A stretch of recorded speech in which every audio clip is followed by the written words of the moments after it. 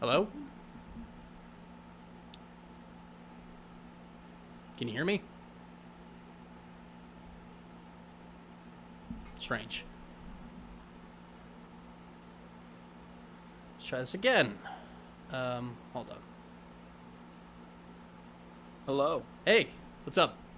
There we go. I was Sweet. trying to join earlier, but you didn't. I was by myself. I didn't like being lonely, so I left. Oh, okay. Sweet, sorry. I'm kind of new to Discord. It's okay. How have you been? Pretty good. Discord was actually down earlier, so Oh, really? I didn't it's know. now came back up. Yeah. Oh. You chose the perfect time to do this. Well, sweet. Yeah, I actually took it down just to make sure that it was safe just for now. So I think it's actually the first time I've ever heard your voice. I'm sorry, what? I think this is actually... I'm sorry, I talk really fast. I think this is actually the first time I've ever heard your voice. Yeah, it is. And Yeah. I hate the sound of my own voice, so I'm so sorry. Oh, it's fine. You sound great, actually. I was actually expecting a little bit more... I don't know. Well, keep that to myself. Anyway. Wait, you expected it to be more what? I'm going to keep that to myself before I hurt someone's feelings. Okay, well, now my feelings are hurt. No, I'm just kidding.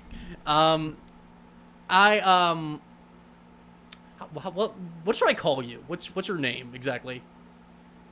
I mean, Bat Canary works perfectly, if that's okay with you. Hey. It's my Discord name. All right, cool. I mean, I don't know. I guess I was expecting to call you Jesus this whole time. All right. So what's the debate? What are we debating? Oh, I mean, I don't know if we were necessarily... I mean, we can debate if you want to, but, I mean, I was just kind of hoping just to talk, honestly. Okay, how about Femboy Hooters versus Catgirl Denny's? I don't know, what's the... Catgirl Denny's is the better one by far. I know that Femboy Hooters is the meme, but, yeah, we need Catgirl Denny's. We also need BBW Denny's. I feel like that's too heteronormative, though. We already have enough of these restaurants to appeal to the hetero male eye. We need more. We need to appeal more to the ladies and to the gays, you know. Yeah, but the problem with that though is the reason we have to have something that appeals to the greater market share. You know, something that is as niche as a femboy, something that's not going to carry a business for too long. Well, honey, if also, it's not popular, we make it popular. We make this business and then we force society to like it. It's true. I mean, that is part of the agenda. It's on the docket somewhere. Part of my agenda. Sweet. Did you get your Soros letter yet? I'm a little late. I don't get letters. I get direct deposit. What am I, a boomer? Ah, damn. Gotta get that figured out. So yeah, I mean, honestly, one thing I did notice when I was pulling up your information on Facebook is your descriptor, and I think we could maybe talk about it. Your like description for your profile is Bernie or Bust 2020. Oh, I haven't edited that in a while. I'm kind of, you know, I've been pretty adamant about, you know, I fucking hate Joe Biden. But Right. also, with all the shit going on recently, I feel like I can't really, you know, Right. I wouldn't feel good fighting for this cause. If people want to vote for Biden, I'd totally support that. Yeah. Where do you live exactly, if you don't mind saying? I live in California, so my vote doesn't matter. For Okay. me, it's more of a matter of, you know, I spend a lot of time arguing on the internet like a real, you know, millennial. Right. I'm a Zoomer. I guess Yeah. I'm a Zoomer, but I mean, Zoomers do it too. So for me, it's more of a thing of, I'm going to have arguments with people on the internet. Do I want to expend energy explaining why Joe Biden is garbage and how if he wins, it might damage the party when this asshole in office is, you know, cutting LGBT rights. He's not handling the COVID thing Like in at any all. reasonable way whatsoever. Yeah. And trying to sick the military on protesters. Yeah, it's kind of a bad idea. Right. Terrible. What was I gonna say? How do you feel about like me still voting like third party though? Because I live in Illinois. I mean, isn't Illinois is Illinois a blue state? I don't It's think I know much basically a about it. blue state. It's basically a Oh, blue then state. yeah. Then no. Yeah. I mean, my view is if you live in a blue state, if you live in a blue or even some red states, I know some red states are up for grabs this time around. It's pretty fascinating. But if you live in like a solid red state that, you know, went like 80% for Trump last time, you're probably better. I mean, it's probably better off for you to support the Green Party because, you know, your vote isn't going to matter. Right. You know, if you live in a blue, I live in California, I will be voting Green myself. if you live in a blue state, vote green. Vote your conscience basically. If you really like Joe Biden for some reason, maybe you're a neoliberal too, vote for Joe Biden. But if you live in a swing state, I'd probably suggest you vote for Joe Biden. Yeah, probably. It seems kind of weird to me though that like it seems like the case for like the overwhelming majority of states is that you probably should always be voting for third party in the overwhelming majority of states, but yet people don't vote for third party enough to get them on the ballot. Because, like, in so many states, like, if you live in a solid red state, it doesn't matter if you vote. If you live in a solid blue state, it doesn't matter in your vote. So just, like, a small handful of states does voting actually fucking matter? Like, how does it not, like, dawned on the public consciousness yet that you can, like, really just, like, hamper these parties and you don't really have to pick the lesser of two evils? Right.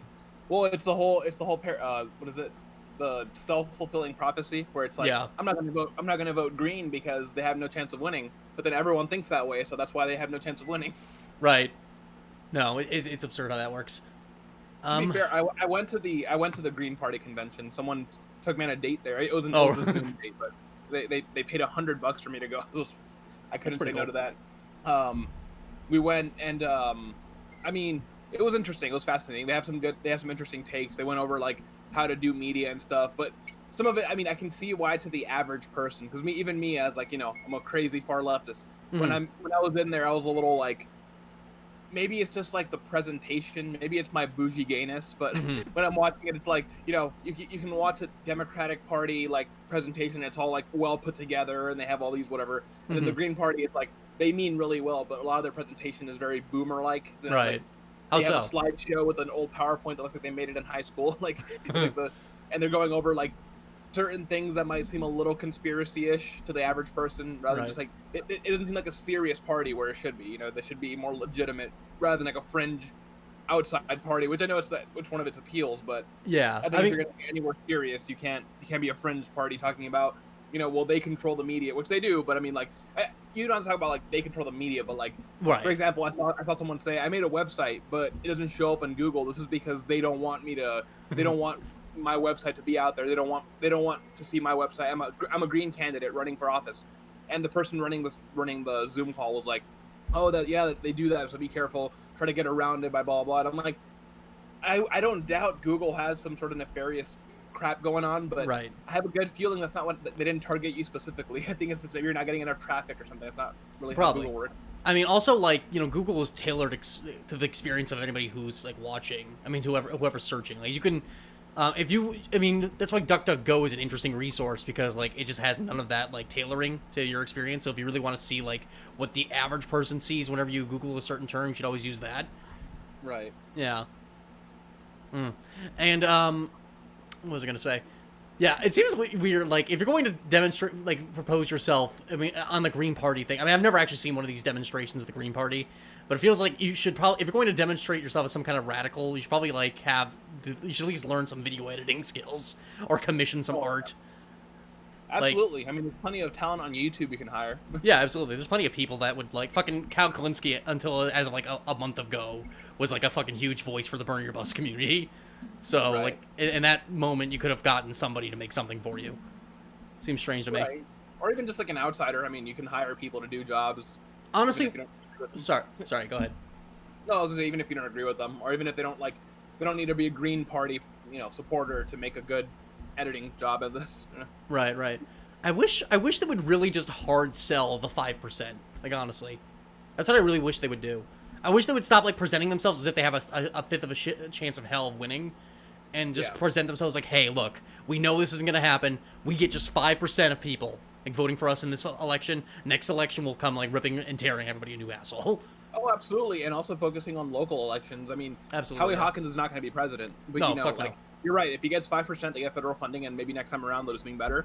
Yeah. And if you focus on the local elections, I mean, there's a good. I mean, I think some of them have won those, right? Like city council ones and stuff like that. Yeah. I don't know if they've won any like Senate seats or House seats, but I mean, it's a start. I mean, yeah, it's start something. off locally, work their way up. I mean, the truth of the matter is that like you can affect the average person can affect their life way better by voting down to ballot like in their own communities. Like the mayor probably has way more of an effect on their life than the president does, but they don't give a shit about the mayor. Oh yeah, absolutely. I've even even when I was Bernie or bust, I always recommended that you'd go if you weren't going to vote for Biden, you should still go and still vote Democrat down the ballot, Right. and just not vote for Biden or vote for Howie Hawkins or whatever. That's probably what I'm going to do. I'm going to vote down party Dems. I don't care who they are, just Dem, and then vote probably Howie Hawkins just for that 5%. For that 5%, that's the goal. Yeah, no, that's always the goal. Honestly, at this point, I would just be happy if they got 1%. Just because, like, that's more than double what they got last election cycle, and I just kind of want to put some, like, fear into the Democrats, saying, like, hey, look, some people are willing to throw away their vote rather than vote for you, so, like, an increasing number of people. And that's with Trump being your opponent. Yeah. I mean, that's, I mean, I don't know. It's just, I don't know, it's just tough being alive right now. Yeah. I mean, I just imagine if it was like, I mean, I doubt they'll ever go back to this time, but if it was Mitt Romney running against Joe Biden, I imagine there'd be a lot more Green Party support. But because it's Trump, people are a little more scared. People are a little more, and rightfully, but they're a little more like, oh no, we can't afford this guy to win again. We need him to lose. Like, so if the Green Party manages to get 1 or 2% while Trump is going against the Democrats, like, it's a pretty big deal. Yeah, no, that is a pretty big deal. I mean, I don't know. Do you really think, like, something tells me, I feel like this is almost the calm before the storm. I feel like Trump is probably just going to end up walking away with this election. Do you think that's unfounded? What do you mean? Because I feel like, knowing Joe Biden, I think he's just going to fuck it up immediately. I think, like, they're hiding him away for good reason, but I just don't trust that he's not going to fuck it up. Oh, yeah, well, I mean, I think from what I heard recently, his polling is, like, crazy high, but, right. I mean, like he's doing way, way, way better than Hillary did. I think at this point, Hillary was 2% above Trump, and I think he's at 9 right now or something, and, like, he's winning a lot of swing states pretty, like, dramatically. Might even win Texas. Yeah, I do think it's going to be a lot closer than people think. Right. I mean, if the election were today, it'd be a sweep. I mean, just from what the data would say. Right. But there's still like 4 months left. For perspective, 4 months ago, Bernie still had a chance of winning. Like, 4 months ago. So yeah, shit changes fast. 4 months is a very, very long time in politics, and the debates haven't happened. Joe Biden is very good at messing things up. I mean, this is like his 23rd time trying to run for president. Yeah. I mean. So, I mean, I don't know. I don't want to say it's a guaranteed win yet. Absolutely not. But it's a good chance. It's a good chance. Mm-hmm. One thing I did want to talk about handling COVID. I think if Trump and the Republicans were to have, I mean, that will like, I mean, I was already like on the edge, especially because of the whole I'm going to stick the military on protesters thing. And I was already like, okay, this guy needs to go. But then when they said that there wasn't going to be another stimulus package or that they would not extend unemployment and blah, blah, blah, a lot of people are relying on this shit. I'm relying on some of this shit. So it's like, when they said that just so brazenly, I'm like, I want all of you out. I don't even care who beats you. I don't care if fucking Hillary Clinton comes back. I just want you all out. Which is a possibility. Yeah, scarily enough. Yeah. So, I mean, like, like, I imagine I'm not the only one that thinks that. People probably saw that, like, oh, shit, I've been, you guys shut down my job. I can't go back to work. And now you're not going to extend unemployment. How dare you? Right. I'm not going to vote for you. And I was going to cover it, but I ran out of time before calling you. They are going to slash the taxes for the rich again as a response to COVID. So more money for trillionaires. Jeez. It's like Republicans and cutting taxes for the rich. Yeah. Name a more iconic duo. Yeah, no. One joke I made was like the White House could be on fire with Trump's whole family inside, and his solution would be cutting taxes for the rich. I mean, yeah. I like this Alex Kennedy person. I just read the chat. Oh yeah, that's a friend of mine. He's like a neighbor. He does not. He's the definition of a griller. He does not give a shit about politics one way or another, no matter what I try. That's awesome. Yeah, I mean, keep that way, Alex. Keep that way for your mental health. I mean, he's definitely a happier person than I am, to be fair. Like, I mean, I've swayed over grillers like him before. I think I can get him. I think it's possible. I just gotta find the one issue he really cares about. Oh yeah, of course. I mean, everyone has some issue that's really important to them, but I have found that it's very rare for you to find someone super invested in politics that's very happy. Yeah, no, it is like the ultimate black pill, isn't it? Mm-hmm. But I mean, for some people, I mean, I've heard the argument that some people think that it's like. For example, like if you're like a gay Hispanic with illegal immigrant parents, like, right, probably really matters to you. Right. It's like, reminds me of like you ever read Frederick Douglass, An American Slave? I have not. I know who he is. Right. So like Frederick Douglass, An American Slave, was talking about like how like he was like in a very privileged position when he was a slave, that he was like in an upstate community with like a very friendly person who like when like the headmaster was away would like teach him how to read. and like he basically like as soon as he understood how to read, like an immense like wealth of sadness like overwashed him. As soon as he understood like this ability to get new perspective and began to like see the world beyond him, he became like immediately like, horribly depressed. And I guess that's kind of just what I feel is like every time I learn a little bit more about something, I just get way fucking sadder. I agree. I find that the best way to try to avoid this is obviously like the world is very negative, and especially right now, it's impossible to just pretend that it isn't. And, oh, things are great. And like obviously, like Joe Biden, for example, he might win. Is that really a good thing? You can have all these fights in your head, but at the same time, I think it's the healthiest thing you can do is just take a pragmatic approach to it. Right. As far as you can. I mean, again, some people can't like. People that are going to die because they don't have insurance next year can't really afford to be pragmatic about a Joe Biden presidency. He's not going to help them. My insurance is going to run out. I was really putting my hopes on getting unionized before the end of the year, but then I got fired because of COVID, laid off because of COVID, and I'm going to be 26 by like March, so and that's when my fucking insurance runs out. Ooh, happy very early birthday. Yeah, very happy. I was really pinning my hopes on it. I was going to get hired, but then this COVID shit affected the business, and they only wanted union workers, and it was like, oh fuck. So yeah, I'm just waiting for them to fucking go back to like work enough to. I mean, because I work as a machinist. I do a lot of engineering with like manufacturing like metal parts and things and oil pumps, and it's all just gig work. And now it's so hard to find any work right now. The job market is fucking terrible. Right. No, absolutely. Are you on unemployment? I was on unemployment, but it ran out. I mean, I'm in a fortunate enough spot. I'm actually still shacking with my parents right now, but I'm in a fortunate enough spot where I'm saving up a lot of money. I've still got more than enough money to survive for probably the next like 2 years if it comes down to that. But yeah, it's just really fucking tough because I was actually planning on moving out. Honestly, I had plans to move out like 2 months ago, have my own place, but then all this happened. Just really. Right. No, I mean this would not be a good time for that. Absolutely. Yeah, it's horrible. It's a horrible time for gig work. I have to go back to. I'm getting a job back as a fucking busser now, which is what I did when I was like 19, because that's the only work I can get now. Yeah, it's terrible. I mean, we'll have to see what happens with COVID in the next few months. I mean, things are only getting worse. People also don't realize that. Right. They think, oh, things are reopening. That means that it's a little better than it was a few months ago. They don't. No, it's actually a lot worse. It's just we just decided to just close our eyes and be like, oh well, screw this. I'm done. Just going theater.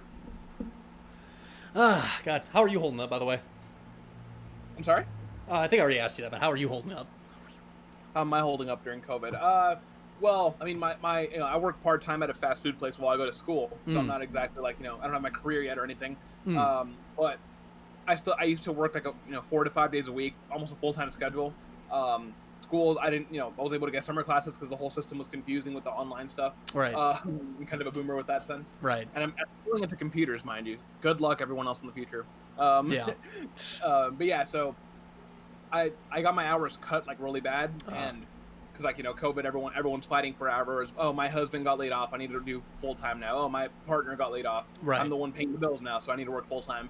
So I'm working like 2 days a week, which is basically enough to get my car. But just last week I qualified for unemployment because of my underemployment. So for the next 2 weeks at least, I get a cool $600 a week, which won't be a lot, but it'll help me maintain my car payments for the next 2 months. I don't want them to tow my car. Right. That'd be horrible. Yeah. Aside from that, I mean, as far as getting COVID, I'm pretty sure I have a good feeling I had it already. You really think so? Maybe, like April. Yeah, like in April maybe. I got like really, really sick. This was right before, I think it was before spring break, or I think exactly as soon as spring break started. Like towards the end of March, beginning of April. I got very, very sick, and it lasted about 2 weeks. And, when I get the flu, it's really nasty for like 3 or 4 days, and then it starts dying down. Right. In this case, it didn't. It just stayed exactly the same for like 2 weeks. And I didn't go to the doctor. I was like, I don't want to go. So, I mean, work told me to stay home. They're like, oh, no, stay home. Don't come to work if you're sick. We don't want to risk it. I avoided talking to anyone. I mostly DoorDashed all my food or delivery, whatever. That's cool. Yeah, for about 2 weeks. And after, like, in the middle of the second week, it started getting a lot better. But I had all the symptoms of it, basically. I had, like, a really bad flu or a fever. I couldn't really breathe very well. If I stood up and tried to walk around, I started getting really dizzy. It felt like whenever you try to breathe, it felt like someone was sitting on you. Like if you picture someone, I mean, I've never had someone sit on me, unfortunately. Yeah, but if well, you there's always time. Sit on your chest or something, right? You're still like young. right, like pressure on your chest and try to like inhale and it doesn't go all the way in.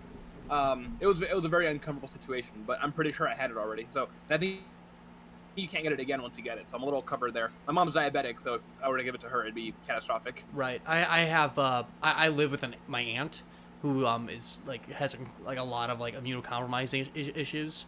She actually has like full blown AIDS actually, and yeah. And I've been trying to do my best to be as careful as possible, you know, and it's really tough because I don't want that on my fucking shoulders. I've heard it's like dropping dead because fucking I need a cheeseburger or something. So absolutely, yeah, absolutely, and they don't realize how, because people come to like my fast food place and they get super like, they get overtly like, you know, and I understand, but it's a little annoying sometimes too when they come to the drive-thru. They're just like making sure like if I touch like their like I grab their bag or whatever and I hand it out to them, they're like, wait, did you wash your hand right before this? And blah blah blah blah. And I'm like, I did, you know, don't worry, we're being as precautious as possible, but also if you're that worried, maybe you just shouldn't go out to eat. I mean, someone is handling your food, someone is making your food. You realize, like someone is in the back in the kitchen, grabbing the food, putting it together with their hands. Like, yeah, restaurant food is disgusting under the best of circumstances. I've worked in fast food as a line cook. Like you will. I don't know how many times I've sweat on like somebody's pizza or something. Like it just happens, and you don't want to fucking throw it away and make a new one because like fuck that. I'll wipe some toast on my brow if I have to. I don't give a fuck. Like yeah. I mean, sure. I mean, in this case, they have us, you know. It's more the illusion of you're being safe, or you're being clean. But I mean, for example, it's like a good example, the gloves thing. Right. You know, people don't realize that when you wear gloves, it's actually a lot less sanitary than not wearing gloves. The reason you wear gloves is because people are bad about washing their hands. But people that don't wear gloves, if you wash your hands, like, I mean, at least for me, for example, when I'm in the kitchen, if I don't wear gloves, I'm washing my hands like every few seconds because I'm like, oh, I touched meat, wash my hands. Oh, I accidentally wash my hands. When someone's wearing gloves, they change those gloves maybe once every half an hour, maybe. Like sometimes they last a little longer than that. So those gloves, they're touching a lot of things. They're touching, you know, bread, meat, whatever the crap. You know, if you're on the fryer, tacos, whatever you're making, you're touching all these different things.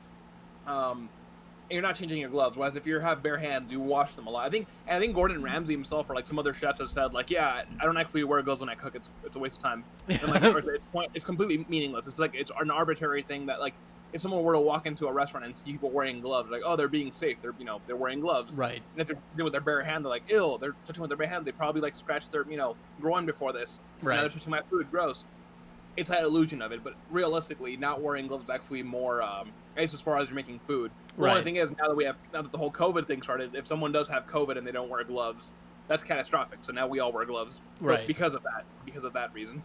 It's crazy the things that like we have to do to make like I would just make things like more dangerous to make people feel safer when really just absolutely nothing. Reminds me of like the TSA. Like they've never caught a single fucking terrorist and they just make travel way worse for everybody. And we just use it because like so many fucking people don't know the difference between safety and like theater. Yeah, has the TSA ever actually stopped a single terrorist attack? No, never once. Yeah, I figured. They fail like FBI screenings all the fucking time. Right. Well, from what I've heard, I don't know, this is unsourced, but I've heard that I think most terrorist attacks since 9/11 have been stopped in America, at least, have been stopped because of preemptive data. Like they find someone, they're like, oh, this guy might be a terrorist, and they start researching them, and they're like, oh, this person is like, he's planning to blow up the airport, and let's go stop him. And they wait for him, he gets to the airport, and they take him. Yeah. And it's like preemptive data is what has stopped more terrorist attacks than the TSA ever has. So yeah, no. And also just a heightened awareness for the public probably just stopped way more than anything. Oh yeah, imagine if you're in an airport and you see some guy with like a gun or something, you're like, oh, what the hell? Then again, who knows nowadays with all these open carry people. Right. I mean, I think prejudice is going to save the day if most people see a person like with a gun like in the airport. I don't know. Right. But let's see, what was I gonna say? Fucking changing gears a little bit. I always kind of wanted to ask you, about like your status as like a mod in the DFF community, and what exactly kind of duties did that job actually entail? Wait, I'm sorry, what? What kind of duties did that like position entail exactly? Like what was like a thing that you have to do exactly? Well, it depends on the person, I guess. It depends on what kind of. I mean, like for example, when I was, because I'm not a mod anymore, I was actually an admin, and I was I should start off how I started. I used to be in the DP group, and I would, I was pretty active in it. I was always commenting and posting shit. Right. And the guy that made the group, he was like this 15-year-old. He made the DFF group in response to like, all the DP, DFF drama, whatever, or when they first split. And he messaged me saying, "Hey, I don't want to name names, but he made someone else from the DP group who was very well known. I guess since he's a kind of a little celebrity, Shirt Guy. He made Shirt Guy an admin. He's like, yeah, he's like, he's Shirt Guy. Everyone knows him. He's cool. And he's like, and you're pretty active in the DP group. People tend to like you. Do you want to come be a mod here?" And I'm like, honestly, I appreciate it, but I'd rather just be a member. I wouldn't want to be a mod or an admin of any kind. I just want to be like a normal member. Just go talk to people like a normal person. I don't want the responsibility, Right. And he's like, all right, well, how about, can you just help me out as a mod for like a little bit? And I was like, yeah, for sure. It's a new group. I'll help out, whatever. So he made me a mod. I was helping out with like, the basic duties of starting a group. Okay, set up the rules. Okay, what should we do about this? What should we do about that? Invite more people in. Should we do the screenings? All that crap. Mm-hmm. And then after we had officially set the group up, he was like, he made me an admin. And he's like, "I'm just gonna make you an admin. I'm sorry. Like, there's no reason to have you as a mod when you've done like as much work as me. Blah blah blah." And I'm like, "All right." So he made me an admin. I was like, I still didn't want that, but okay. And then like maybe 4 or 5 months in, I won't get into what happened to him, but something happened to this guy and he had to leave for a bit. So he left. I mean, he said that he'd be back, and basically he left for like a year and a half or so. And in that year and a half, I was just like, well, peace. I mean, in the meantime, while Daddy returns, I'll just keep making these posts. Daddy in the figurative sense. Right. This guy's 15 years old, not like that. Okay. I mean, like in the figurative sense of like the guy that made the group, like the owner. Right. Until he gets home, I guess I'll be the man of the house or the queen of the house. Sure. So I started kind of taking over, and I just like, I did my best to keep it active, and I got Scott Ball, someone else that was pretty well known. Oh, right, yeah. To be an admin as well. At some point, Scott Ball stopped posting as much. Shirt Guy had a lot of shit going on in real life, and I knew all about it. And it was a fun time, but after a while, I was like, you know what? I can't. For like a year and a half, I was basically the only admin. Right. And I was like, this is kind of like. And there was a time where like you were just making random people moderators for like months on end. Like you're just making like a random lottery. I noticed. Oh yeah, I remember that. The mod for a month thing, which we ended up doing for.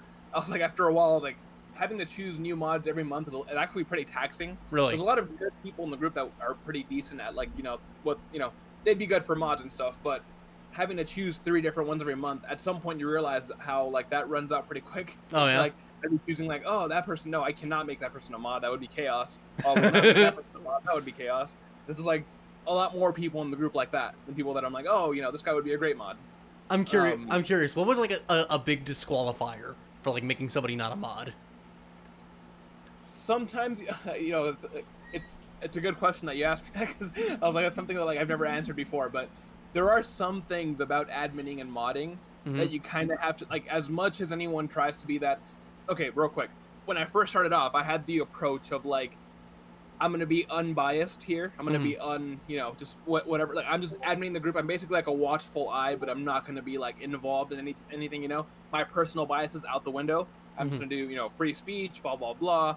All these like I'm gonna be an outsider, basically just watching over everything. Right. At some point, you realize it doesn't work, and you start thinking, okay, again, because I don't want to be like every other group, where like there are some groups where, especially leftist groups, I'm in a lot of them, where you join and like if you accidentally even say the wrong thing, you get banned or you get chastised so you leave. Right. I don't want to be that group. I don't want to be like, oh, if you come in and accidentally say like the R word for dumb people or whatever, like if you call someone, instead of calling them dumb, you call them the R word. Right. That's like an automatic disqualifier, because that's and I mean, and then now we understand why that's rightfully so.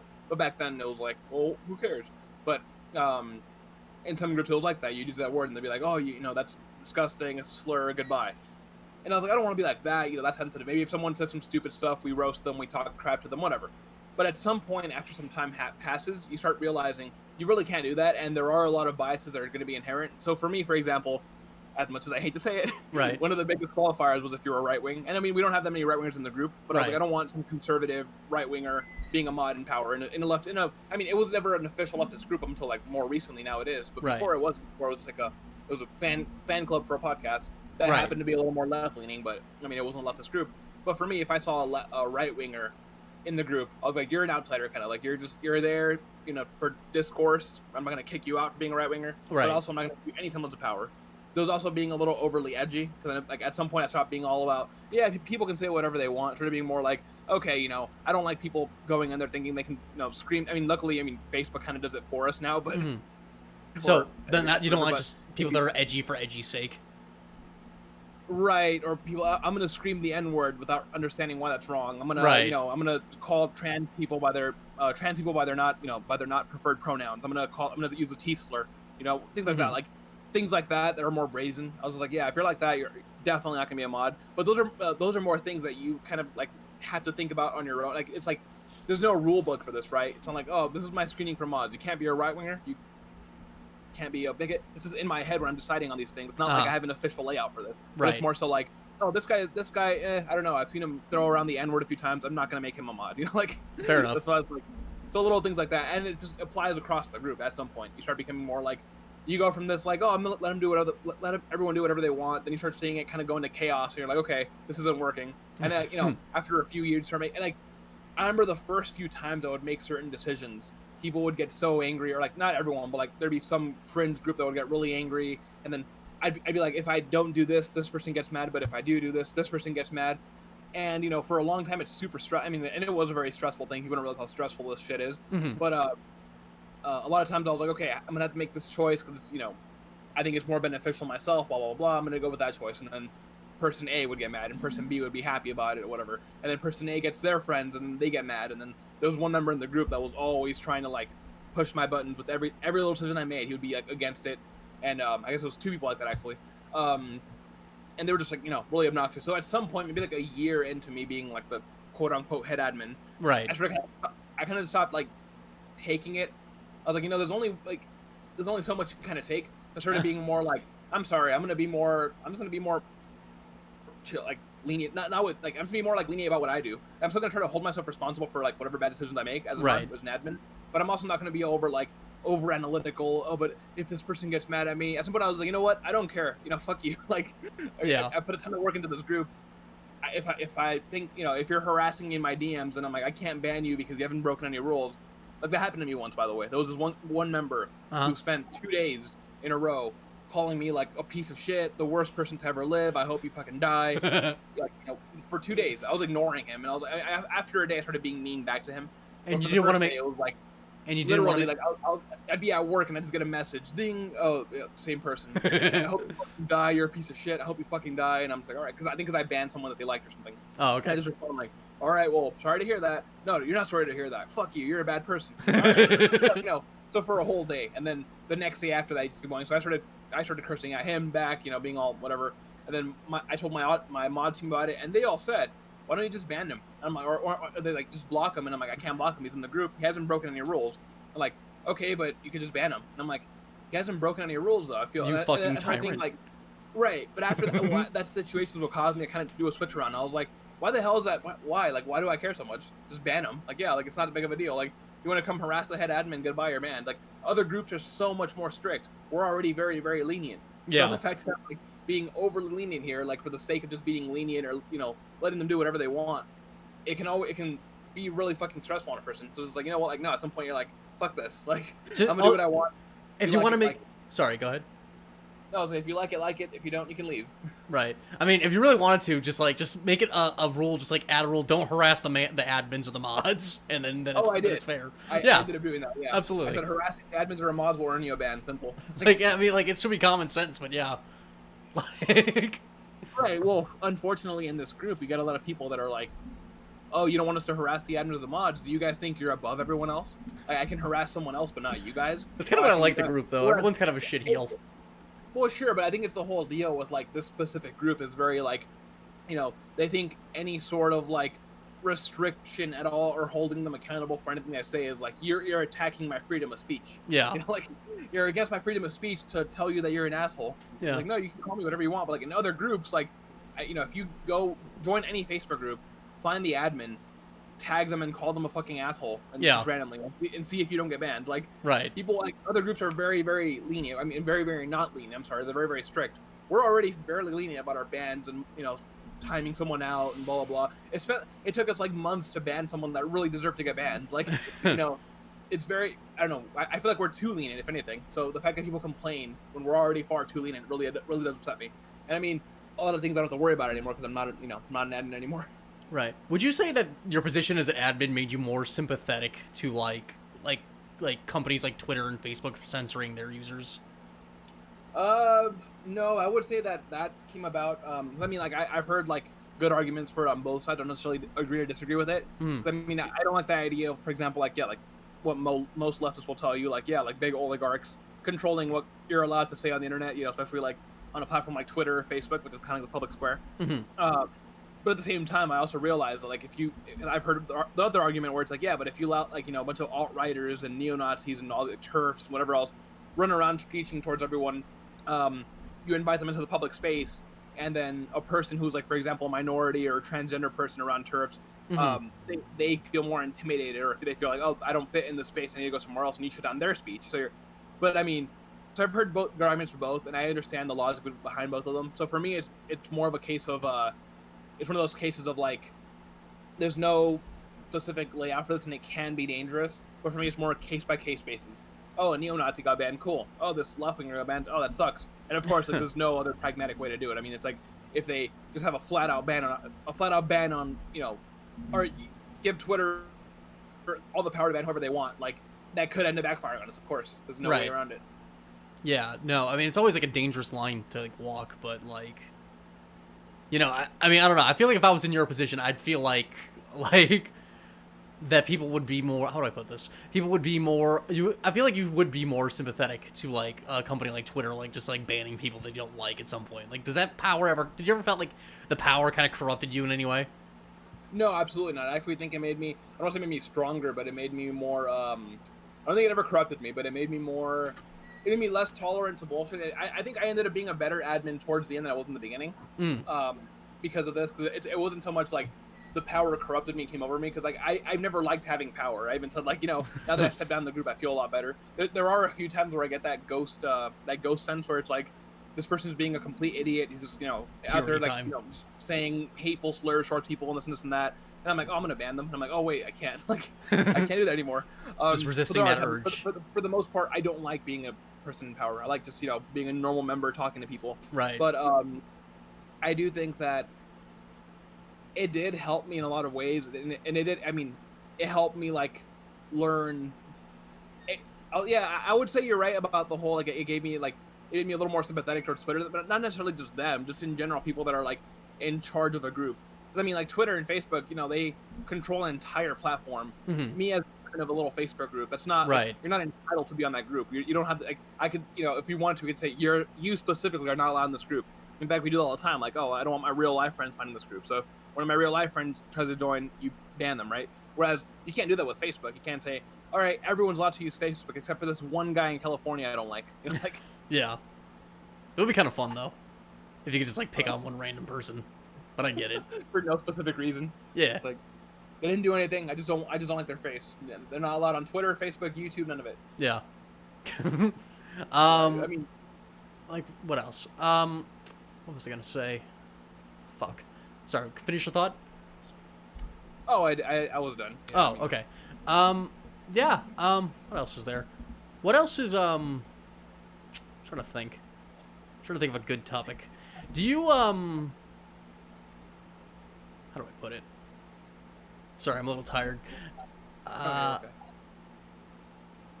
Do you sorry, just give me 1 second. I'm getting a phone call. Okay. Let me just hang up on that. Okay. So I don't know. What do you do for fun? I am not a fun person. I do nothing for fun. Oh. So what do you do when you're miserable? Yeah, I mean, no, I mean, I'm serious. Like, I don't smoke weed. I don't do drugs. I smoke nicotine. I don't smoke cigarettes anymore. I do vape. I know the whole vapes are just as bad as cigarettes, and vapes are so uncool. Right. I get it. I used to smoke cigarettes for like 3 years. Right. I feel better doing this. Just leave me alone. Noted. I don't, but I don't smoke weed. I don't I mean, I used to smoke weed. I also used to drink a lot. Now I haven't drank in like 2 or 3 years. Oh, that's really good. It's better than me. Yeah. I used to drink a lot. So it was kind of a problem. Mm.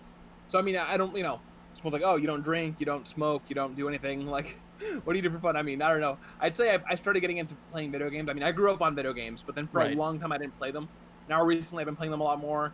I don't actually watch many shows either. Like I said, I'm not a very interesting person. I'd say I'd be like, oh, have you watched any movies or shows? No, I haven't. Like, have you watched Star Wars? No. Have you watched this? No. Have you watched Harry Potter? No. Like, I mean, I've watched like the first 2 Harry Potter movies, I think, or 3 as a kid. So a day in your life is you just like come home and you just stare at a wall and then you go back to work. Basically, yes. I've heard that being one of my coworkers said that. Is that what you do? You just go home and stare at a wall? I don't know. I mean, I mostly spend time on YouTube, I guess. Right. I mean, I do a lot of things in like my real life. You know, like, oh, I need to clean my room, or I need to like go out to do like my duties, whatever. Wash my car. Like, especially when I used to work full time. When I used to work full time, I'd be too tired to do anything. So basically, it was like, I'd go to work, I'd come home, I'd sit on my computer all day, I'd talk to people that I like, whatever, message people that I like, and then sometimes play a game with them or watch them play games. Because like the guy I like, for example, he plays games and I watch him play on stream. Pretty cute. I cheer him on. I'm a little cheerleader. Noted. Yeah. You mentioned that you were on a different stream before you came here. How'd that go, by the way? Wait, the what? You said you were on like a different stream before you came on here. How'd that go? Oh no, yeah, no, that wasn't the guy I like. No, that's just one of my friends. Oh, that's a different person. Oh, okay. Like, you don't like your friends? Yeah, no, huh? You don't like your friends? I mean, I like them. I just mean like, like in the sense of I want to have sex. You know what I mean. Right. I know what you mean. I'm just fucking with you. I love my friends, but I love this guy. So it's like, when I watch him play, it's just more of like a me and him doing it together. It's cute. Sometimes he'll let me make decisions for him, and I'm like, oh, I feel so cute. I feel so feminine. Like he'll be like, oh, I need you to, like, all right, I need to choose an upgrade for my sword. Which should I choose? This one or this one? You get to choose. And I'm like, oh no. And if I choose the wrong one, it's just like, oh well, I'll make it work. Oh, that's sweet. You said you were going to school. What were you going to school for? Cybersecurity. Cybersecurity. Yeah. I still don't fully understand, but I know it's we have a really good program for it at one of my universities nearby, so I'm gonna do that. I'm sticking to it. That's cool. What about cybersecurity drew you to it? I don't really know, honestly. It's like it's one of those things where it's like I was gonna go into computer science first, and then I realized that I didn't really like it, and then I was like, well, we have a really good cybersecurity program at our school, and it's fairly similar in the sense of like the program is really good. The work itself, I don't really understand just yet. I haven't gotten to that level of schooling yet. I'm 24, so or 25 now. Damn, my birthday was a few weeks ago. Oh yeah. I'm still not Happy birthday. Thank you. A lot of birthdays being celebrated today. Right. Well, I mean, either way, I'm 25 and I haven't finished school, so I'm at that stage. But I haven't gone very. I mean, I've gone maybe like 2 years worth in. I should be working on my actual. Like my general ed is basically done. I'm just starting off my actual classwork. Yeah. I haven't gone to those classes yet. So once I get to those classes, I'll figure out exactly what the work entails. Right. But as far as I know, it just seems interesting. I mean, in my head, I imagine cybersecurity to be this thing where like, oh, you're fighting off hackers, you're fighting off, Russian. I'm in. Puppets. Yeah, right. Like. But it's probably just like some coding, and then you get paid a contract, and then you go home, you go to the next contract. Probably nothing ever exciting. Like that. Right. There's a lot of business classes for some reason involved. So. So I mean that's my view of it. I mean it wasn't my ideal career, but I mean it's the one that's most realistic for me. My ideal one would have been a lawyer. I always like to get into law. It seems like a really interesting thing. It's just because you wanted to argue with people. 8 years of school. Right, 8 more years of school, and then to get your your master's in it, or to get your law degree and shit. I don't know. It's such a hassle. But I mean I generally love law. I mean like I'm one of those creeps that when I get jury duty, I'm actually pretty excited for it. Really. Yeah, I know. I got one in the mail. I mean, I hate waking up before 10:30 in the morning. Right. Of course. And these jury duty things are like 8 in the morning, so I have to wake up at 7 and be there. Like it's like a city over to like drive all the way down to my county's court. It's annoying. But I enjoy being there I haven't actually gotten actual jury service. Like I've gone to jury duty like 3 times, and all 3 times they just let me go home. Like, oh no, you're good. Like, all right, well, my time coming here then. But like one time I was actually sitting down waiting for them to like let me in. They were going over the videos of like, while you're in jury duty, this is what you'll be doing, blah blah blah. And I'm just like, oh, I think it's pretty cool. Like that seems pretty like interesting to me. Like I want to sit on a case. I realize it's not going to be some like this guy was a serial killer. He murdered and butchered. Like no, plus I don't like seeing the like the evidence picks. It'll probably just be some guy that did drugs or something, and I'll probably vote innocent because I don't believe in that. But you could volunteer for jury service. You don't have to wait for them to send you a letter. Oh, really? I did not know that, actually. Yeah, no, you can just call, like, if you really want to, you can just call and be like, hey, I'm really interested in sitting in on a case or something, and they'll let you do it. Or hell, even if you really wanted to, you don't necessarily have to be on the jury. You could also just, like, if there's, like, a prominent case going on or just, like, something somewhat interesting, you could just show up in, like, the crowd and just, as long as you respect the rules, if you ever just want to do that. Yeah, absolutely. You could be, like, there's no, like, you can just sit down on any case you want. It really doesn't matter. It's all public. No, I'm sorry. I got cut out for, like, a second there. I was pretty much wrapping up anyway. But yeah, it's all public. So if you ever want to do that, Well, I mean, I would love to, like, work at a court, like it'd be fun. Even if it's like the court transcriber would be a great job for me. The reason I went into computer science in the first place, right, is because I've been on the internet. I've been one of those people that grew up on the internet. I was on the internet since I was 10 years old, basically. I've always been on the internet. So for me, that also entails a lot of typing, a lot of being on the computer, my computer doesn't work. I wonder why. We don't have money to go take it to get fixed, so I got to figure it out. So I'd be like going through Google, figuring out how certain programs work and how codes work and blah blah blah. Since I was a kid, so I'm fairly knowledgeable with, like, some of this stuff at least. And one of the side benefits is that I type very, very, very fast. I think I can type like 95 words a minute with no error or something. It's like that's really good. Amount. Yeah. Yeah, and I mean, a court transcriber, I believe the minimum requirement is like 40 words per hour, and I'm like, I could do that in my sleep. Oh yeah. So it's like, I mean, 40 words per minute. I'm sorry. 40 words per minute. Yeah. No. I'm a terrible fucking typist, and I've been on the internet for longer than you have, I think. And yeah, no, I don't know why, but that skill just never got to me. I honestly learned how to type as fast as I did just typing on my phone, and now I just type with both my fingers flying across the keyboard. Oh, I hate typing on my phone though. I can't do that. I mean, it's the fastest thing I type on. I type all my notes in class on my phone, and they get really mad at me. Oh. Like, yeah, and I'm like, this is like, can't do that. I don't know. Yeah, no. What was I gonna say? So switching gears a little bit. What did you think we were going to talk about when we first came in here? Did you have any idea? No, I thought we were going to continue the femboy Hooters debate. Or of course, you were going to grill me, or you were going to grill me about my the thugonomics debate. It's funny you mentioned that. I actually invited Mr. Merriam-Webster himself, and he's going to have some stern talkings to with you. Oh, really? Yeah. Is he gonna admit that he was wrong? Well, the exact opposite. He's the authority on language, and he agrees with me. No, he's not. John Cena is. So. Well, second to him. But John Cena, he couldn't make it. He's too busy being, John Cena. Wait, what do you mean? Like, it's like John Cena invented it. He's the inventor of the concept of thugonomics. Yeah.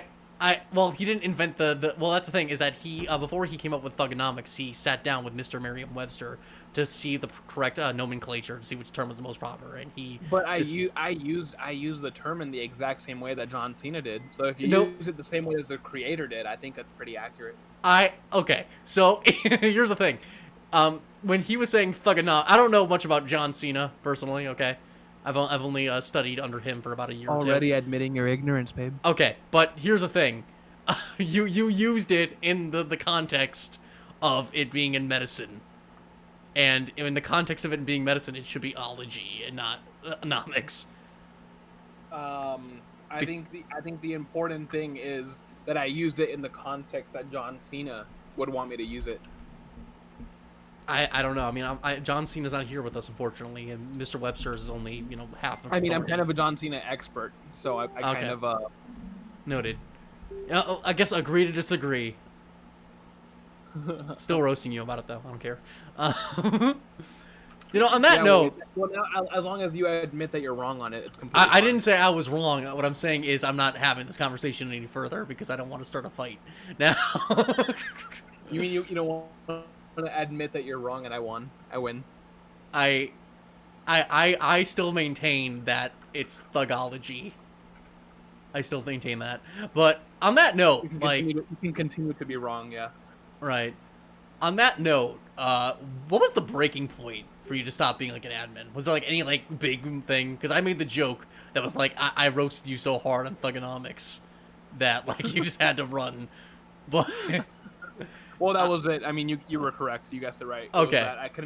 I I couldn't handle someone being so wrong about something and like, just existing in that group and not being able to ban you. Okay, so I was sweet. like, I can't do this. No, there's actually a real reason for it, but I don't, You it's just a rather not very say? personal reason. Gotcha. Yeah, Okay. it's a very personal reason. It's a very it had nothing to do with like the group itself. The group itself was fine. Okay. What else was I gonna say? So I don't know. It's the first time I've ever really done an interview. So, I mean, I guess that's what this is. At least that's what it turned into. But, what's, like, the most contentious, like, opinion that you think you have against the majority of people in the group? Well, I mean, it's something that I've talked about many times. It's my view of sexuality. And I don't even necessarily think people disagree. I think it's more so just, at some point they end up coming around to it. But it's like one of those things where at first, when they first hear it, they're kind of just like, oh, I don't really... that sounds loony to me. It sounds like you're just, making things up here. But then once they start talking about it more and we start like getting really into it, they're just like, oh, it makes sense, I guess. Or like after I've had people that were like, get into like a heated argument with me about it, like when I first tell them about like my whole idea of this, and then like again, they get really late, and it's almost always heterosexuals, like people that are bisexual or gay or whatever, tend to agree with this. Like, oh, that makes sense. Okay. But then when I tell like a straight person this, they're just like, no, that's fucking stupid. No, I don't agree with that at all. What they exactly? Get really, really, really mad. I'm sorry. I'll get okay. Sorry. They get really, really heated into it, and then at some point they like maybe a week later they'll be talking to me like, you know what? I think you're kind of right. I get what you're saying. And they'll have a bunch of questions about it, and of course it's a very hard topic to discuss. Right. But my view of it is essentially that there's no such thing as like biological sexuality in the sense that like the way we see it. Like you're not born anything. I think everyone is born bisexual. I think everyone is bisexual. But I think you think there's no like concrete sex, even like male or female? Would you say you're like a gender? Would you say you're like? I think that there is no difference between being attracted to a man or a woman than there is being attracted to people that have lighter skin or that have red hair instead of black hair or blonde hair or whatever. Like, I think it's a preference rather than a solid. Like, this is what your solid sexuality is. Like, right. you're just straight, you're just gay, you're just bi. This is what you are. That's it. So I think I agree with that. It's just, you're saying like sexuality is just like a sliding scale. Like everybody's a little bit like bisexual. Is I think what you're trying to say, right? Can you rephrase that a bit? I mean, like, I think what you're trying to say is that nobody is like 100% straight or 100% gay. Right. Well, I would. I mean, even then, I wouldn't know. I couldn't give you an exact number of what I would believe. Essentially, I would believe it's far more nurture than nature, and it's just for that specifically. And I think that I couldn't give you an exact number. I'm not a scientist. I've only looked at I've looked at certain studies and certain things in the sense of like, because there's no study done on this, right? I mean, the only studies we've gone about this are like whether that's a gay gene, and there isn't. I think the most they found, people always try to like, oh well, look, they found like this article says that they found some similarity in some gay people, and I'm just like, okay, I'll read through the study, and it's like, oh, they found a common gene in a lot of gay people, but not all of them. And what it was is people that are more feminine. It's like people that have this gene in them are more likely to be feminine, but gays aren't always feminine. Right. Or for example, a very controversial point, a comparison that gets brought up, but like, I don't like using this one for it's very problematic, but it's also just like, if you're looking at this from a more objective point of view, you have to be, like look at it's like science is all sort of fucked up ways to get data, but in this sense,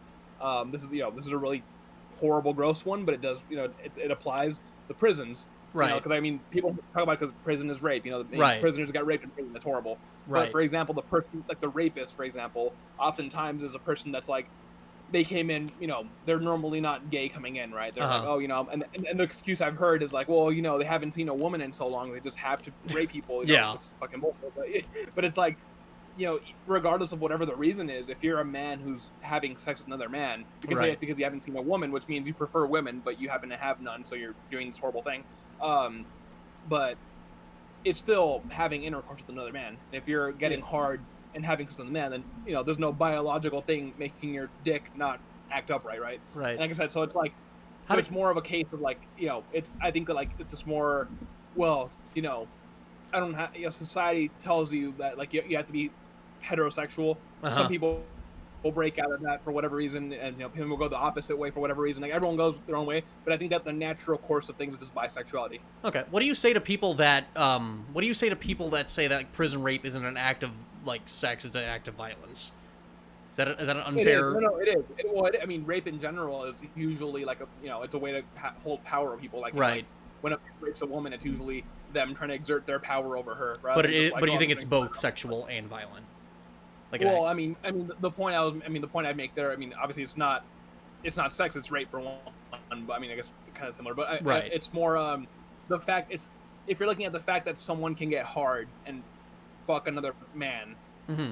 And before that, they were like, no, I'm straight. I'm completely straight. But my reasoning is that I haven't seen a woman in so long that now it's just that man looks enough like a woman to me. It's like, okay, well then you're still getting hard over someone that's a man. Like you're Right. still even if it's over for power, for violence, or if you're someone that's straight, you don't get hard over men at all. You wouldn't get hard over men for any reason, even if you haven't seen a woman in years. Like Right. so, it's like it's I think it's just more like I mean you also look at like for example like the Roman and Greek times, which is Right. less problem. I mean, it's still pretty problematic because they also had they had like pedophilia, for example. Right. But um, a Very lot of them gay. were also bisexual. A lot of men there at that time, it was like normal to be bisexual. It was more Mhm. normal. It wasn't like it was Same. like they were having bisexual orgies and polygamy and all this stuff. And it wasn't until 2,000 years or several thousand years of Christianity and just in general the Judeo-Christian religions taking over the world, spreading out their which I grind down to like they probably spread these ideas because it's like if you're a church, you want people to come to your church and you want them to be dedicated fans. So when you write this Bible or whatever, the Quran or the Torah, you're Mhm. writing things like, oh, each one of them says that you have to go to your church. You have to go. You have to give money to your church. You have to reproduce as much as possible. Which Right. how are we going to reproduce? And how are you going to have a family with people are being polygamous or being gay and stuff, right? Right. So Be you fruitful and you have to be a man. multiply. If you're a man, right. So you have to control the women. Control the women. The women, you have to be submissive. You can't fight back. You can't do any of that crap. And it's like, and men have to be like, whatever. Like you have to be tough, and you can't be whatever. And you have to like take your woman and get her pregnant, have a bunch of kids, and then you bring them to our church. And now our church is expanded. So it's all a way of controlling people, especially women. And it's like they use these religions to do that stuff. And that's why it started spreading throughout the world. And that's why homosexuality was seen as a bad thing. Women were held down for thousands of years. So religion has a really powerful influence on the way we've developed our societies. And even now to this day, people are becoming, like the younger the people are, the higher the numbers of people that are LGBT in their community grow. Like, for example, I think in Europe or the UK or something, I think now over half of the youth identify as some form of LGBT. So it's like, that didn't just happen, It's Right. not just like, oh, we're accepting you. It's more a sense of like, you know what, let me explore my options. Let me see what, I mean, that is an unusually high number, though. 50%. I mean, that's almost a majority. I mean, do you think how much do you think of that is just like trending?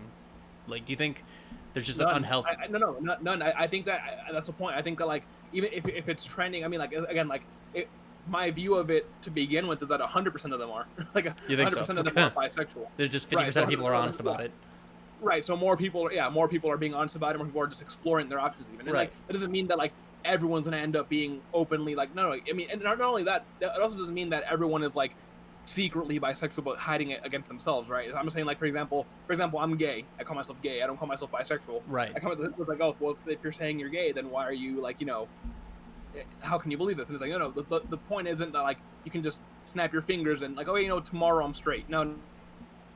It's more of like you weren't born this way. You were with society over years, like your specific upbringing, the shows that you watched, the movies or whatever, the friends you hung out with, the way you were raised, all these little things, or even just like little things like, you started being more rebellious to what people. That's why oftentimes gay people tend to be very rebellious to like what society expects of them, which I think is a great thing because fuck society.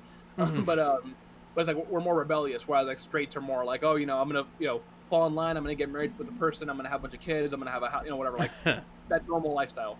Whereas the gays don't often live that way. And I mean, for me as I would love to live that normal lifestyle too, but as a gay person, Right. But I mean, not everyone's like that, and most people aren't. So yeah, because like a lot of like those monogamous, like I mean, like non-monogamous. What's the opposite of monogamous? But those non-monogamous relationships between gays that were often like propagandized in like Christian things were only just a result of society not like catering to those people and forcing them to like almost live in the shadows. Right, which is funny because I mean, like Mormons have been polygamous for a while, or like whatever, they never cared. But they don't really get as much shit as they used to. At least they used to get tons of shit, but like not anymore. Because sure, but, I mean, well, yeah, they don't get nearly as much shit as like gay people that want to be polygamous. Right. That's seen as degenerate filth, and like the Mormons are seen as just their religion. It's a little weird, but whatever. Yeah, maybe we should start making gay people a religion. Then Well, I'm very monogamous myself. Like, I'm very uh like my ideal relationship would be like with with like a guy. I would date a guy. We'd go out. We'd get married. We'd have right. like a monogamous relationship with kids and stuff. Like a Mm, very basic, normal, vanilla lifestyle. right. But yeah, it's not the norm in the gay community. Like a lot of gays, I think there's anything wrong. I don't think there's anything wrong with that. I'm very supportive of like polygamy and stuff. I think we're mostly polygamous and have a bunch of people in their like their what is it, polycubal? I think that's what's called. Like their relationships where they have a bunch of people. Polyamorous. That's totally cool. I totally support it. Right. I think that we should be moving away from these stupid traditional standards in general. Right. But this is from the way I was raised and the way the things that I'd like out of life. Right. I like this idea of like a monogamous relationship. But yeah, I don't know. I'd like to. I don't know. I think this is my view. I'm sorry. I think this is my view of how the reasoning behind a lot of gay people being a little like they tend to be a certain way. Yeah. It's not because of biology. It's rather just like they already like, for example, in the DFF group. The DFF group was never made as an LGBT group, right? It was never made as like a gay group. It was just a podcast for a fan club. But the person that they were following, TJ Kirk, he's kind of like an edgy outsider, atheist. Like, he's already outside of the social expectations of what is supposed to be normal. So it happened to attract a lot of people that were just like, yeah, I that guess, can like, relate to that bisexual, feeling of being on the outside. Yeah. Yeah, most people in the group are bisexual, and it's like it wasn't on purpose. It wasn't like it's not appealing to them specifically. It's just people that are more open-minded about this stuff and don't really follow society standards tend to be more that way. I met a lot of people in the group that's like when they came in, they were like, "Oh no, I'm straight," and now they're just like, "Oh no." After a few years, hearing you talk about the stuff and whatever, like I've kind of explored my options, and I realized that I am bisexual. So it's like kind of adds to that. So it's like like just all these little things, like like the horrible prison stuff, the horrible Roman and Greek stuff, but it's still applicable. The UK youth stuff. There's all sorts of stuff I've looked at. The fact that there's been no scientific evidence for like any sort of actual gay gene. Just there's some genes that some people share, not all, and they didn't include women. It was just like some gay men, like women had nothing to do with it. So what about lesbianism?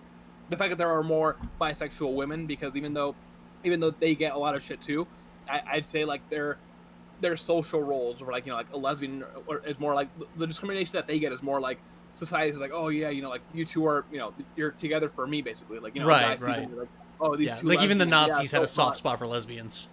Right, exactly. Like, oh, they're so hot, they're for me. Yeah, I love lesbians. Yeah, it's just totally. a phase, Well, not only that, but even the ones that are like whatever, they're saying like, I like seeing two lesbians make out, right? Yeah. Like, oh, two women making out is hot, whereas two guys making out is fucking disgusting. So I mean, either way, it's uncomfortable because if you're a lesbian, you don't want people to like sexualize the relationship. Like, or only I'm with the person that I like. I don't want you to sexualize it. Like, it's mind your own fucking business. Like, I start getting old and wrinkly, and suddenly I don't have rights anymore. Yeah. Right. Well, I mean, but it's different type of discrimination is my point. Right. Like, right. It's like a soft discrimination, I guess. I would say. Yeah. Well, yes, where it's like if you're out with your partner and some creepy guy staring at you guys while you make out or something, and it's like, okay, like can you fuck off? Like, can you not stare at us and like sexualize me and my girlfriend minding our business? Whereas if you're a guy and you make out with another guy in public, there's a good chance you're gonna get beat up. Like or glared at. Right, and if you notice, like these little things cause a lot more women. Because like, I remember, like even in high school, a lot of women were like, like it wasn't bad for like a girl, like a straight girl, right? Like a straight girl hanging out with her guy friends, whatever, and they have another straight girl there, and they're just like, oh hey, make out for us, yeah, and they would do it, like, oh yeah, come on, I'll make out with you, bitch, and they would make out, they would like grab tits and shit, and like, and it wasn't like they would enjoy it, whatever, and then I'm guessing those women explored that part of themselves, so they were just like, okay, I guess I am a little bi. Whereas like men are just like, oh, and I've even seen some stupid like conservative articles saying like, well, women are just more likely to be bisexual biologically. Yeah, I don't think there's any evidence of that. Yeah. Yeah, that's just not true. It's just everyone is bisexual. It's just, they're more likely to be that way because society is less aggressive, I'd say, towards like two women making out versus two men making out. Did you ever see that? Ever read about that social experiment where they like basically just had one like woman actor go up to like 200 women and like random women, mostly straight, of course, because it would just be random, and they just asked them like randomly if you wanted to go and like go out on a date and some shit, and they wanted to do the opposite, and like most of them were positive, and a lot of straight women who actually described themselves as straight ended up taking the number and were like contemplating like dating this person, but they couldn't do the reverse experiment with men because they were like, after like a few times, they were genuinely afraid for the actor's safety. Yeah. Because there was a lot of there's a lot of people, like men out there who will just go into like a horrible rage at the insinuation that they may be gay. And I always Right, thought that was yes, funny. absolutely. It's So like, that's what I mean. Like obviously lesbians face a lot of discrimination, but I think I guess it's a completely different type of it. right, right. But like, how often do you like worry about your safety? Just being what you are.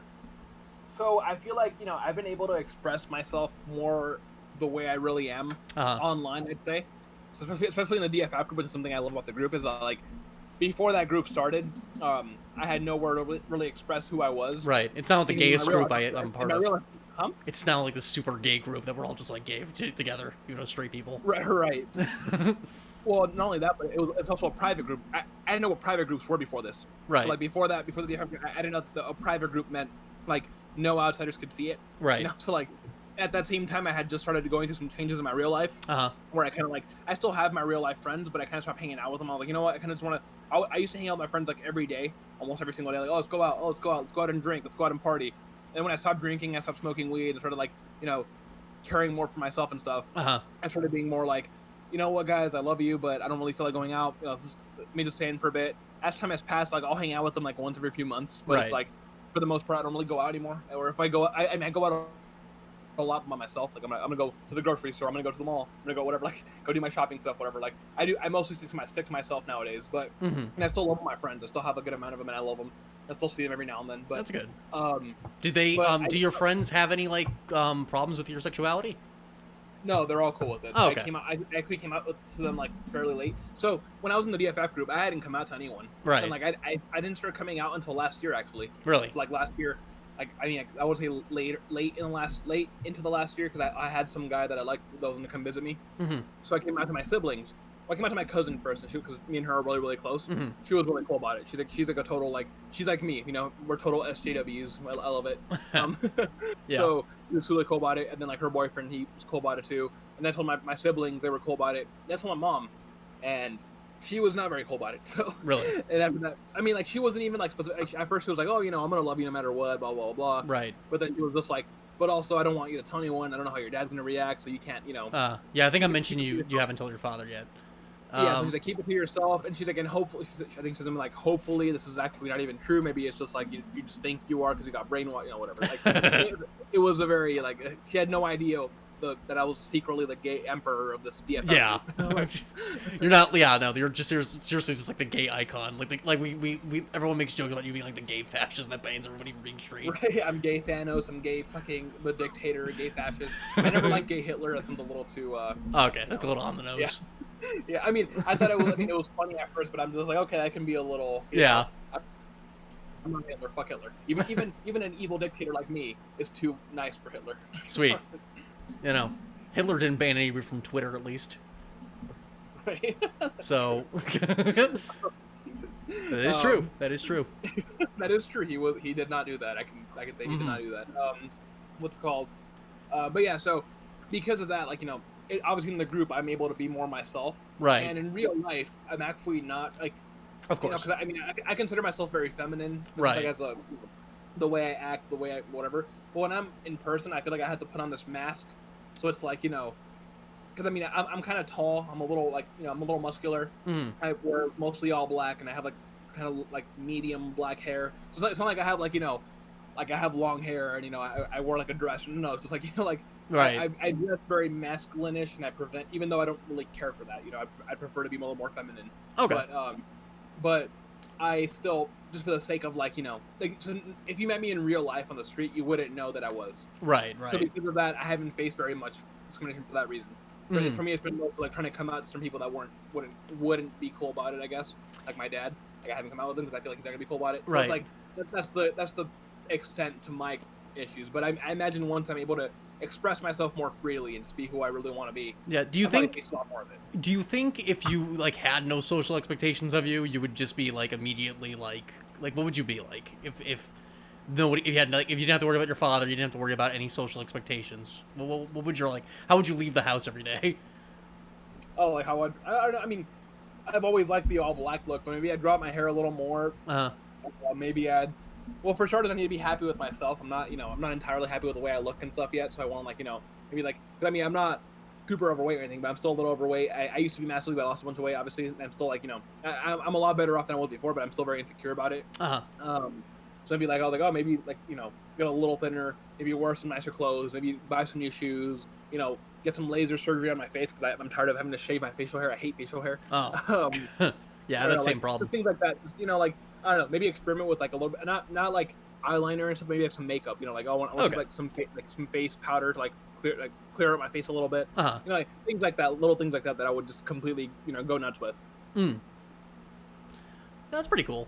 Yeah, I don't know. I feel like I would like to dress up more femininely than I do, but I'm not like, I'm not like an effeminate person, but I feel like I would enjoy dressing more femininely, honestly. Well, I mean, ideally, I wish we could just move past these like standards in general. Right. Like, I when I use the terms feminine or masculine, I do so in the sense of like right, the traditional sense. I don't believe anything is feminine or masculine. I think anyone can do anything. I think any woman can wear like pants, and that's not masculine. This is right. Them.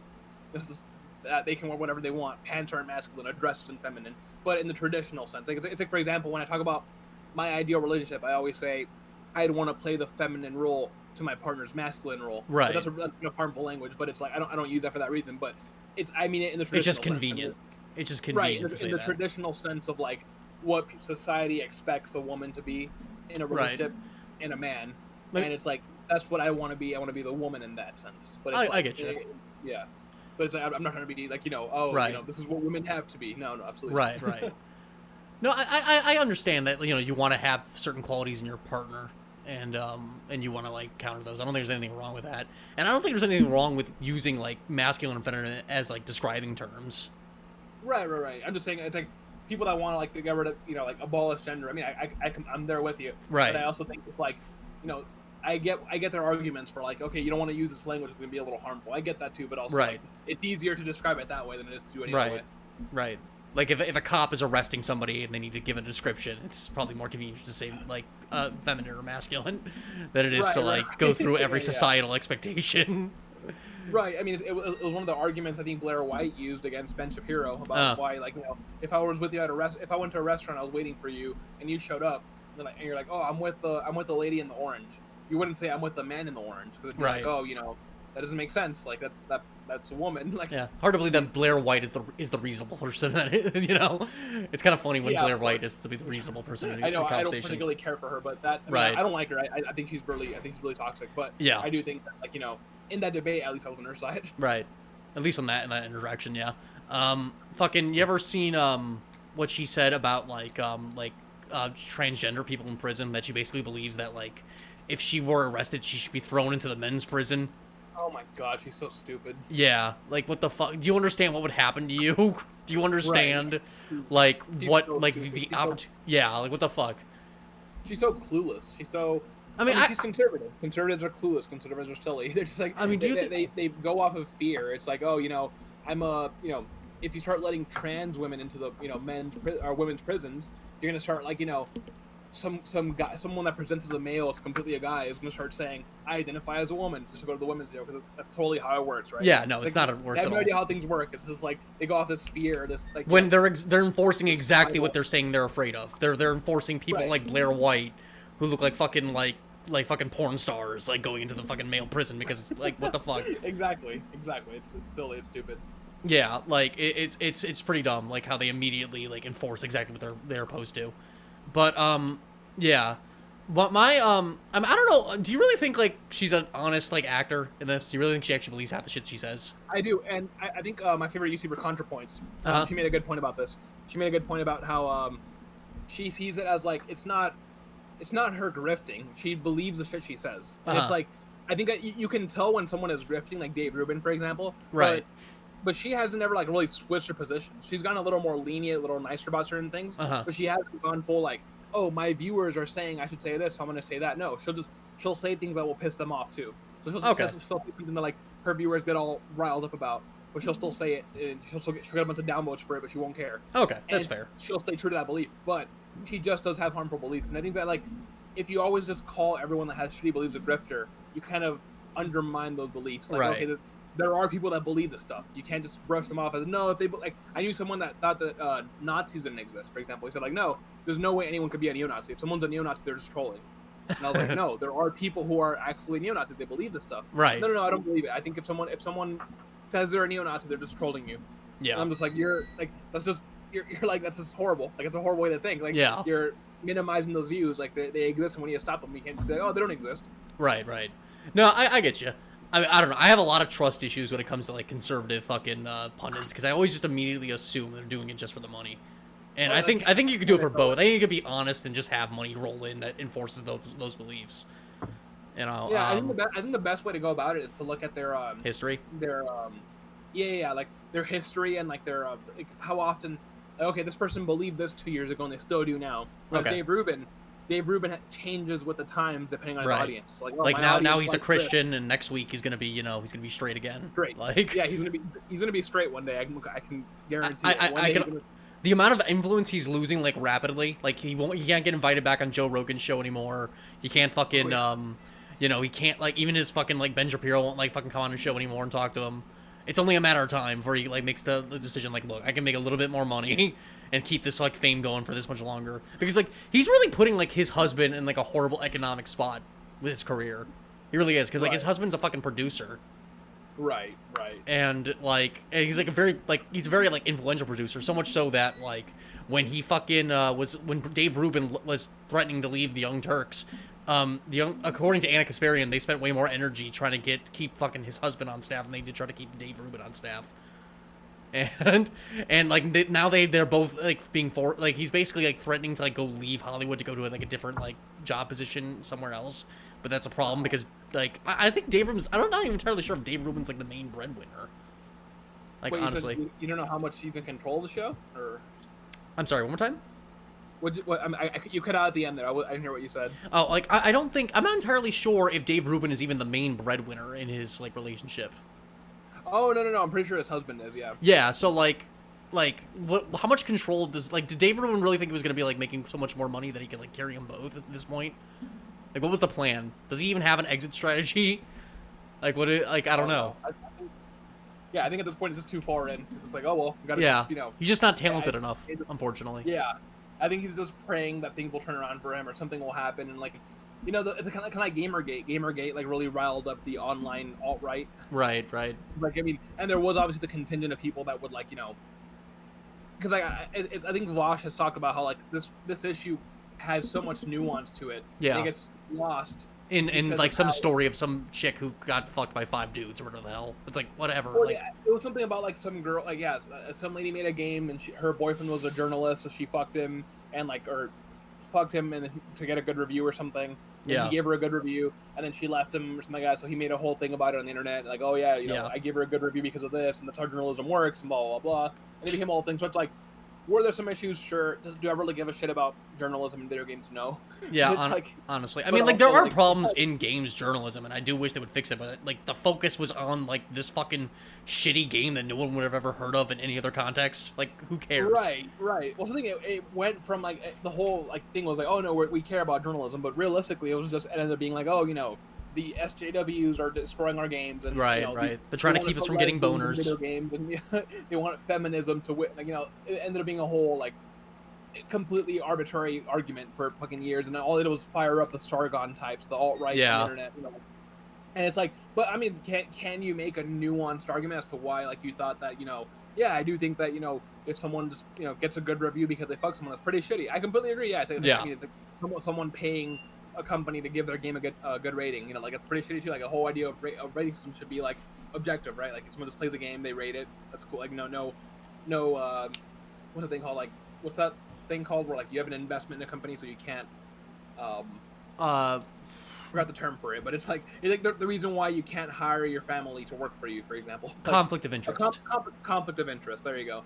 So I mean, I totally get that. I totally agree with that. But the problem is like, it wasn't that big of a deal, and it became a whole like anti-SJW thing, and that's what it ended up becoming. That's the whole legacy. Yeah. So things like that can always start these things back up. So I mean, you never know when some other thing will happen that will get Dave Rubin popular again. Hopefully that never happens. But honestly, I mean, I like Dave Rubin as a cautionary tale. Every time like I think like, man, I could like make tons of money. Like if I really flaunted like my like Arab status as an American.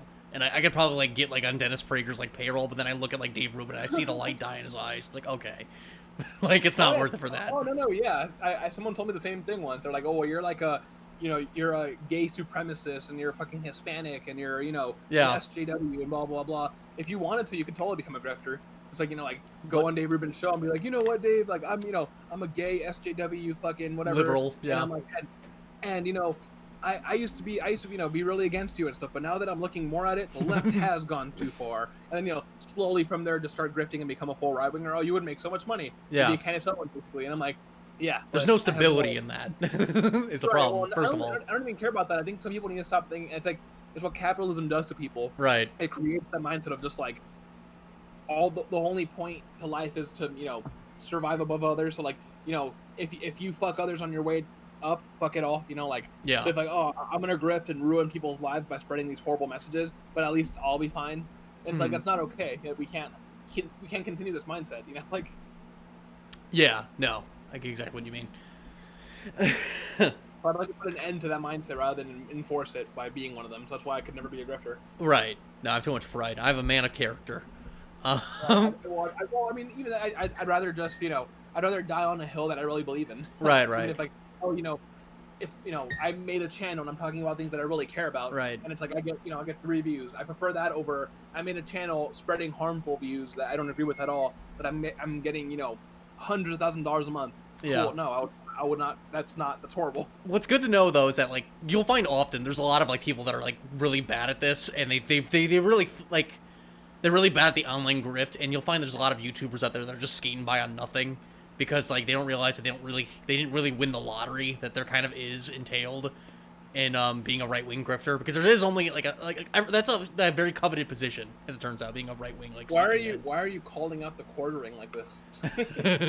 Yeah, I mean, I wouldn't say he's an example of that, but I don't know. You ever seen like Candace Owens like history before she like became a fucking a spokesperson for the right wing? Yeah, didn't she try to like dox people or something? No, I mean like she used to. You remember that fucking like. That fucking gaming service that like got really like infamous in the anti-SJW crowd, that fucking like if someone was kicking your ass in like Counter-Strike, you could like hire these like people to go and kill them for you for bullying you or something. Oh. Yeah. No, I don't remember. Well, there was this like really weird thing, and it made no goddamn sense, and it was like all over the anti-SJW sphere. Like Chris Ray Gun made a video on it, and a couple others made a video on it. Candace Owens was one of the architects of that. She's one of the architects of one of. I mean, if it's a similar website, I think I know what you mean. I mean, it could be a service off the website that she used to have, where she She said that she would never dox anyone, but it was like she would post like it was a website where people could go call people out for doing like, oh, this person is like this person is using a slur against me. They go screenshot and they post it on the website, and people go after them and stuff. And then it ended up being used to dox people. And then like I think that when Blair White and someone said that fight on Dave Rubin's show was a horrible shit show. Oh yeah, I love that. 3 really stupid people in one room. Yeah, 3 really stupid people in one room does not make it entertainment. Yeah. Yelling at each other over and over, which is probably the most intelligent thing they could say. Yeah. Can we just talk about ideas, guys? Please, come on. guys, stop. No, you're a bitch. I'm so glad that I'm so glad that all 3 of us with differing political positions can come together. Fuck you. It's like him just trying to play peacemaker in front of 2 people that are obviously not friends. Right. It's just the funniest fucking thing. That was like the only good thing about that shit show was like it was hilarious watching 3 dumbasses go at it. But they what was I gonna say? Yeah, I think Blair White called her out for that. She was like, "Oh, you used to dox conservative, this and that." No, I didn't. Like, yeah, you're a grifter. Right. So, what do you think it would take for like somebody like Blair White to be able to escape like the right wing?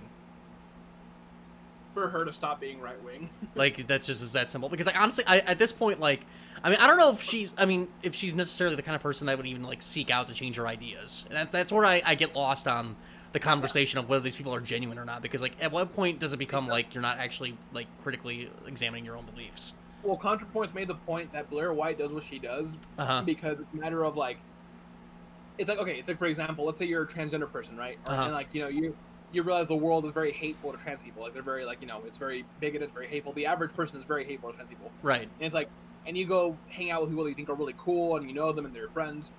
And then one day they're just like, oh, these fucking these other transgender people are so blah blah blah. I'll never call them by their pronouns. They're gross. This and that. And you look at you, and they're just like, not you though. You're good. To me, you're a woman. You're cool. You're dope. You're one of the good ones. Like no, to me, you're acceptable. You're great. At that point, it's easier for you to just be like, Yeah, you're right. Totally. Fuck those other ones. Yeah, I am the better ones than who other blend girls. in right. Right. They don't blend in right. They're whatever. I am one of the good ones. Yeah. Like Yeah. I totally get you. I feel you. Totally. Yeah. Fuck them. And then it's like, but that's harmful because like, that makes it easier for you personally, and you will be more accepted in those circles. But the people that aren't you from your group won't be.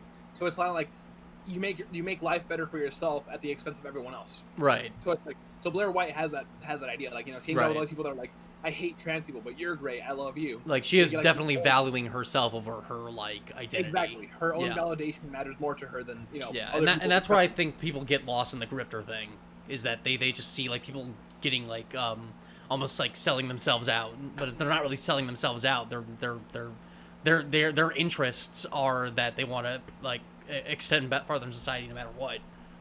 Like. Right. Well, Yeah. they want them. I mean, like they end up winning. I mean, everyone's beliefs, to some extent. Some people have like beliefs that are good for others too, but to some extent, most people's beliefs are created by their own experiences. And like, oh, this is my experience of the world. This is what I want out of the world.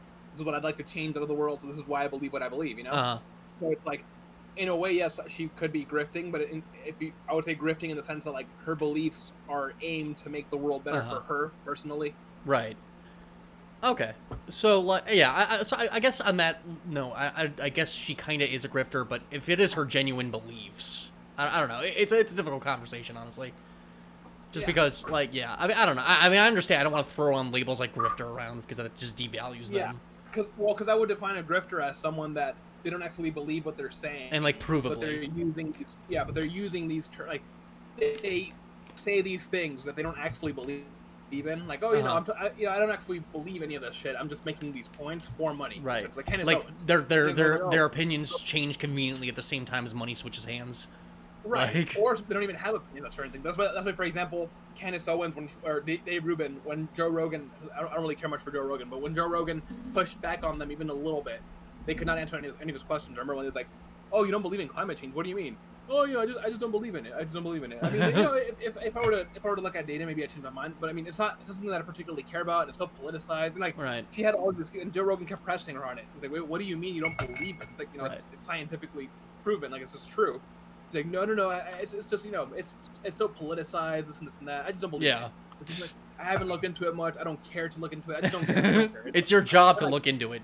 And you're using your platform. Well, that's the thing. That's the thing, because she knew she had no arguments against it, because she doesn't actually know what she's talking about. Right. She just holds this belief because she has to. It's like, oh, PragerU's telling her, like, oh, you can't believe in climate change, right? All right, for sure.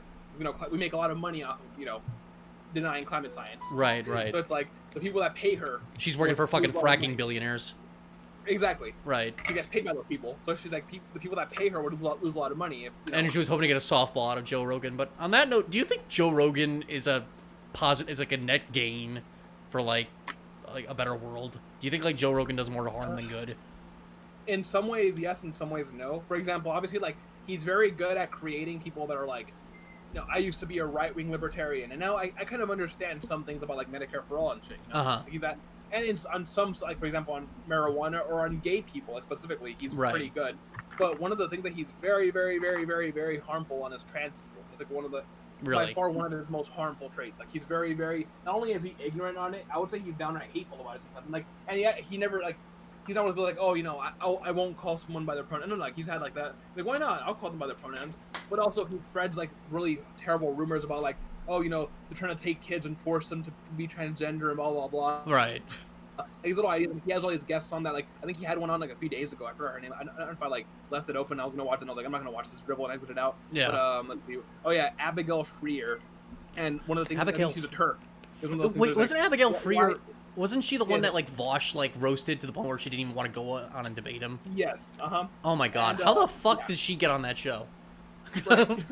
Well, the thing, because like he gets these people that are like super anti-transgender, Ben Shapiro and shit. Right. He's always having these debates with people like, if I ever for some reason decide to like catch this podcast, it'll almost always have some stupid thing about trans people. I think he had like Adam ruins everything, whatever. And to be fair, he didn't do himself any favors. Adam Conover. Right. He didn't do himself any favors, but he did he was trying to defend trans people, and Joe Rogan was being very anti-trans for them. Aggressive. To be fair, again, Adam's arguments weren't the best. Right. If he had counterpoints on, it would have been a lot better because he knew what he was talking about. but still, like, the points that he was making were very anti-trans, so he's very, very bad about trans issues. See, So my it's like, thing is that I worry that Joe Rogan might be more, like, whether he realizes it or not, I think he's irresponsible, and he's kind of making, like, a pipeline to the right no, wing. he's absolutely irresponsible, yeah. Yeah. And I think that, like, it just seems weird to me that every single time he gets, like, some liberal, like, figure on his show, it's always, like, somebody, the conversation always seems to move directly towards, like, the failures of the left wing over the Yes. and you know, like, he'll get Kyle Kalinske on the show, and the conversation will always shift, like, naturally to, like, you know, the Democrats are going to lose to Trump because this, that, and the other reason, or he'll get freaking another person who'll get on is fucking Lee Camp, I forget his name, and the conversation will, and, like, I mean, and Lee Camp is literally, like, a fucking agent of fucking Russia because he works for Russia, like, RT, and the conversation will always be about America's failures and all these issues, and like, American liberals. And I mean, I think the reason why the left likes him so much, like, you know, the ones that do anyway, is because, like, you know, he's had people, like, I think, for example, in our circle, like, because he had TJ on, right, and he had Kyle Kalinske on, and he had Crystal Ball and Sagar on. So he's had, like, you know, but, like, he's had certain voices of like that on. So people, like, kind of get blinded to the fact that he does do a lot of damage.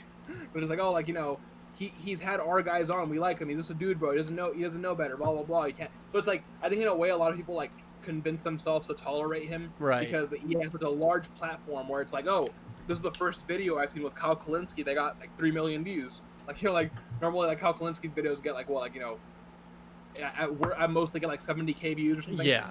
And this video got, like, you know, fucking 3-4 million views with his interview. And, like, he went on again, and it also got like 3 or 4 million views. Like, yeah. So they kind of see it as, like, a way to get, like, these, like, leftist YouTubers that they like, right, to go on his show and get, like, these huge fucking, like, numbers. Right. So I mean, I don't know. I think that's just, like, the way. Have you heard anything about the controversy, like, right now with, like, Crystal Ball and Sagar with the Rising show? Yeah, mostly because of Vosh, and I guess Nathan Robinson started with his article, but Vosh has been very. I mean, I actually went on Vosh's show to debate that with him. Oh, I didn't know that. Were you, like, a call-in or something? Yep.